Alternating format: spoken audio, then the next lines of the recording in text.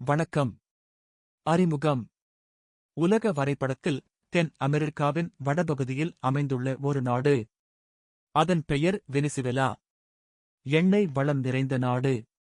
ஆனால் இன்று பொருளாதார நெருக்கடி, அரசியல் அழுத்தம், உலக சக்திகளின் தலையீடு என பல சவால்களை எதிர்கொண்டு நிற்கும் நாடு.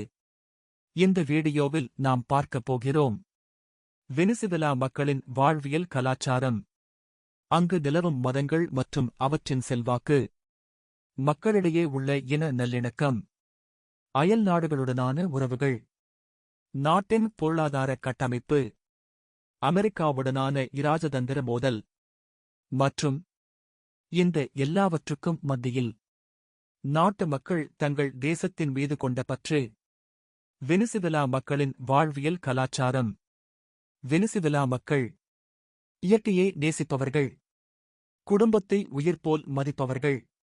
ஒரு சாதாரண வெனிசுவேலா குடும்பத்தில் காலை காபி, மாலை இசை, இரவு குடும்ப உரையாடல் என்பவை அத்தியாவசியமானவை.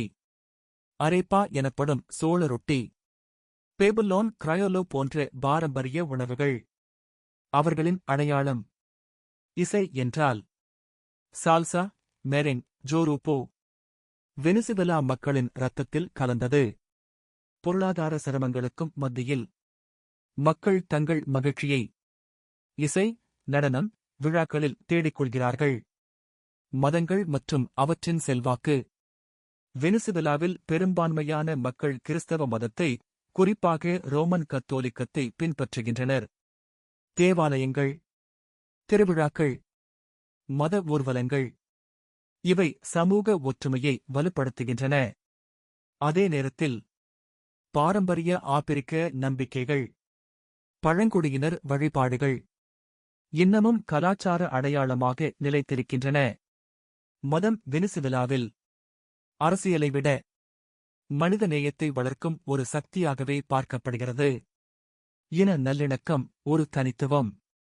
வெனிசுவேலா ஒரு பன்முக இன நாடு. ஐரோப்பிய வம்சாவளி, ஆப்பிரிக்க வேர்கள், பழங்குடி இன மக்கள் இவை அனைத்தும் ஒன்றாக கலந்து உருவான சமூகமே இன்றைய வெனிசுவேலா. இங்கு இன அடிப்படையிலான பெரிய கலவரங்கள் இல்லை. ஏழை பணக்கார இடைவெளி இருக்கலாம், ஆனால் இன வெறுப்பு இல்லை. நாம் எல்லோரும் வெனிசுவேலன்கள் என்ற எண்ணமே இங்கு மேலோங்கி நிற்கிறது. அயல் நாடுகளுடனான உறவுகள்.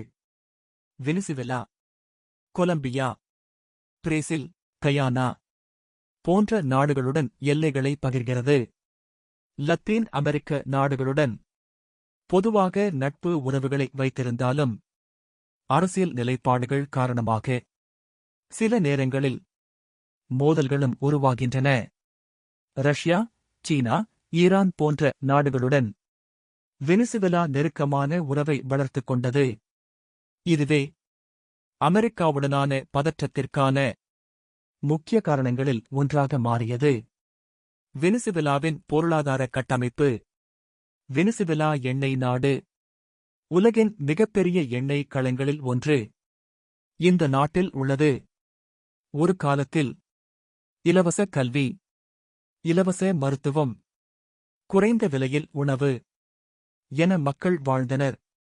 ஆனால் எண்ணெய் விலை வீழ்ச்சி, அரசியல் தவறான நிர்வாகம், அமெரிக்கா விதித்த பொருளாதார தடைகள் இவை சேர்ந்து நாட்டின் பொருளாதாரத்தை சிதைத்தன.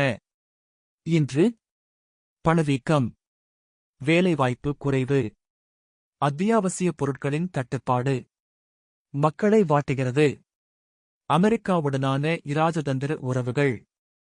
அமெரிக்காவுக்கும் வெனிசுவேலாவுக்கும் நீண்ட காலமாக ஒரு குளிர்போர் போன்ற உறவு. வெனிசுவேலாவின் முன்னாள் அதிபர் ஹூகோ சாவேஸ், பின்னர் நிகோலஸ் மதுரோ இவர்கள் அமெரிக்காவின் உலக ஆதிக்கத்தை தெளிவாக எதிர்த்தவர்கள்.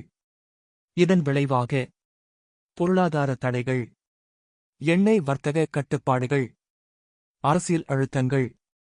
அமெரிக்கா வெனிசுவேலா அரசை ஜனநாயகத்திற்கு எதிரானது என்று குற்றம் சாட்டுகிறது. ஆனால் வெனிசுவேலா அரசு கூறுவது, இது மனித உரிமை போராட்டமல்ல, இது எண்ணெய் அரசியல். நாட்டின் மீது மக்கள் கொண்ட பற்று. எல்லா சிரமங்களுக்கும் மத்தியில் வெனிசுவேலா மக்கள் தங்கள் தேசத்தை விட்டு மனதளவில் விலகவில்லை. ஆம், பலர் வெளிநாடுகளுக்கு குடிபெயர்ந்தனர். ஆனால் தேசிய கொடி, தேசிய கீதம், சிமோன் போலிவார் கனவு, இவை இன்னமும் மக்களின் இதயத்தில் உயிரோடு இருக்கின்றன. நாடு துன்பத்தில் இருக்கலாம், ஆனால் நாடு நம்முடையது என்ற உணர்வே வெனிசுவேலாவின் உண்மையான பலம். முடிவுரை: வெனிசுவேலா ஒரு தோல்வியடைந்த நாடல்ல. அது அதிகார அரசியல், உலக சக்திகளின் அழுத்தம், பொருளாதார போராட்டம், இவற்றுக்கிடையில் சிக்கிய ஒரு போராடும் தேசம். மக்கள்தான் ஒரு நாட்டின் உண்மையான செல்வம். அந்த செல்வம் இன்னும் வெனிசுவேலாவில் உயிருடன் இருக்கிறது.